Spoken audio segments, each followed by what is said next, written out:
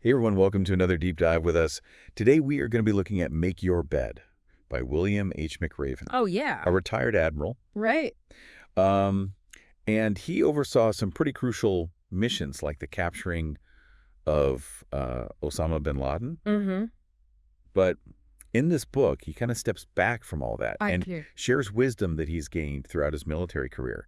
And it's wisdom that applies to just about anyone, really. I mean, it's not just for aspiring Navy SEALs or anything. Yeah, I think what's really cool about Make Your Bed is it's almost like he's distilled like the essence of what makes someone successful, and he presents it in these like really bite-sized, almost like proverbs. Yeah, and they're very much like little lessons, Yeah. Yeah. and they're all based on his experiences. Hmm. So, you know that they're coming from a place of like real experience and not just some, theory. He's not just talking the talk, he's walk the walk. Yeah. And what I find so compelling is that he doesn't just preach from a position of authority. He uses these really vivid, sometimes even humorous anecdotes from his time as a SEAL to like make these points For sure. really hit home. And I think that's why that first chapter, Make Your Bed, resonated with so many people. Right. When I first heard that title, I have to admit, I was a little skeptical. I was like, Make Your Bed, like how much of an impact can that really have? Right. But he draws this fascinating connection between that really simple act and the bigger idea of starting your day with intention. Totally. And I think you start to see how these ideas like build on each other, Yeah. Yeah. like starting strong and accepting challenges. It's like he's saying that even if the world feels chaotic, you can like create this little pocket of order in your own life, and that can give you a sense of control and accomplishment. And he doesn't just tell you to do it. He describes what happened to SEAL trainees who failed to meet the bed-making standard. Uh-huh. I'm thinking about the sugar cookie ritual. It's an image that's hard to forget. Oh. Imagine jumping into the freezing Pacific Ocean and then having to roll around in the hot sand until you are completely covered. It sounds pretty miserable. Yeah. And it definitely highlights that importance of attention to detail, like even in seemingly small things. Right. But I think the sugar cookie also serves as a metaphor for something a little deeper. Yeah. McRaven is saying that life isn't always fair, and sometimes you're going to get thrown into uncomfortable situations. This leads to a bigger point McRaven makes throughout the book. Life is not always fair, but it's how you respond to those challenges that defines you. Yeah, exactly. He emphasizes the importance of accepting that you can't control everything, Right. but you can control your reaction to what life throws at you. And sometimes facing those challenges requires leaning on others. Yeah.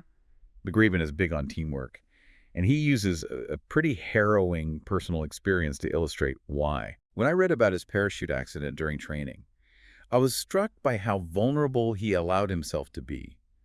In describing that experience, he talks about the accident itself, how another jumper's parachute hit him, Oh, wow. tangled his own chute around his leg, and then the force of his own parachute deploying broke his pelvis. Ugh. Yeah, it's a stark reminder that even the toughest Navy SEALs are human, and they need support, just like everyone else. Right. And he's very open about how much his wife, Georgianne, helped him through his recovery, both physically and emotionally. Mm-hmm. Makes you think about the people in your own life who've been there for you during tough times, doesn't it? Absolutely. The ones who believed in you, even when you doubted yourself. Yeah. McRaven's point is that we need those people, those support systems, to help us get through life's inevitable storms. And sometimes those support systems come from unexpected places. McRaven talks about this guy named Tom Morris, who he initially judged based on appearances. Oh, right, yeah. Morris didn't fit McRaven's preconceived idea of what a war hero should look like. But he turned out to be this highly decorated SEAL with an incredible story. It's a great reminder to challenge our assumptions about people Yeah. and to be open to the idea that anyone, regardless of how they look or where they come from, can have a profound impact on our lives. Absolutely. Yeah. And that open-mindedness, that willingness to look beyond the surface is something McRaven comes back to again and again. Right. He even applies it to the way we view failure. Most people see failure as something to be avoided at all costs. Right. But McRaven actually encourages us to embrace it. Yeah. He even dedicates an entire chapter to the idea that failure can be an advantage. What's so intriguing about McRaven's perspective is that he doesn't just offer these platitudes about learning from mistakes. Yeah. He gives concrete examples like how his swim team consistently came in last place during training. Really? Yeah. Enduring this brutal punishment called the circus. The circus sounds about as much fun as the sugar cookie ritual. Yeah. Lots of intense physical exercise meant to push you to your absolute limit. Yeah, but the point is because they failed so often and had to go through the circus repeatedly, McRaven and his team developed this incredible resilience and determination. They learned to push through pain and discomfort, and that ultimately helped them win the final swim test. So in a way, they learn more from their failures than they would have from just coasting through training. Exactly. McRaven argues that failing forces us to reevaluate, adapt, and come back stronger. And he doesn't shy away from the fact that true success often involves taking risks and stepping outside our comfort zones. And that's where his story about the daytime raid in Iraq comes in, right? Yeah. The mission to rescue hostages was incredibly risky. Yeah. I mean, limited space for helicopters, no element of surprise, Oh, wow. and the constant threat of enemy fire. It would have been easy for McRaven to play it safe and call off the mission, but he made the calculated decision to proceed, recognizing that the potential reward outweighed the risks. And it was a success. It was. Yeah. So what can we take away from this? Are we all supposed to go out and start taking crazy risks? Not exactly. Okay. It's about recognizing that there's a difference between reckless risk-taking and calculated risk-taking. McRaven's point is that we shouldn't let fear paralyze us. He actually uses a pretty dramatic example to illustrate this point. Mm-hmm. Swimming 4 miles in shark-infested waters during SEAL training. Oh my gosh. You know, it makes you wonder about the kind of mindset it takes to face those kinds of fears. Right.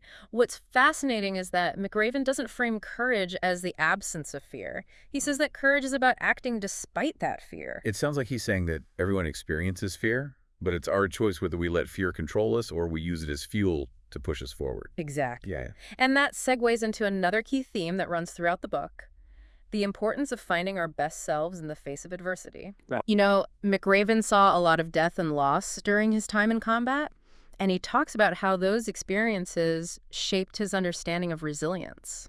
He tells a particularly moving story about a Navy SEAL who lost his twin brother. Yeah. What struck me was how, even in his own grief, this SEAL focused on supporting others who were hurting. It's a powerful illustration of the human capacity for empathy and compassion, Yeah. even in the midst of tragedy. McRaven's point is that even when things feel incredibly dark and difficult, we have the power to choose how we respond. Right. We can choose to let adversity break us, or we can choose to let it make us stronger. Yeah. Yeah, for sure.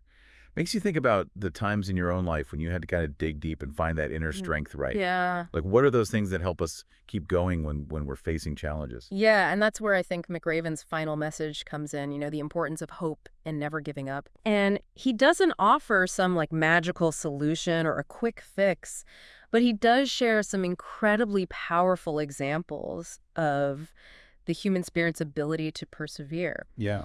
One that really stands out to me is the story about Hell Week. You know, that notoriously grueling test of endurance during SEAL training? Oh, yeah. I remember reading about the mud session. Uh-huh. Oh, it sounded absolutely brutal. It's rough. Imagine like spending an entire night sitting in this thick, cold mud, completely exhausted and freezing. Yeah. It's hard to fathom how anyone could push through that.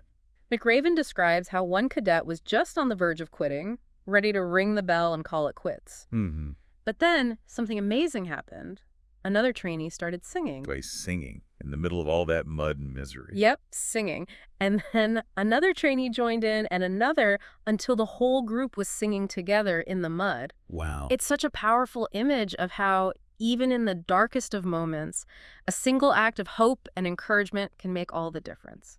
You know, it makes you think about the ripple effect of our actions.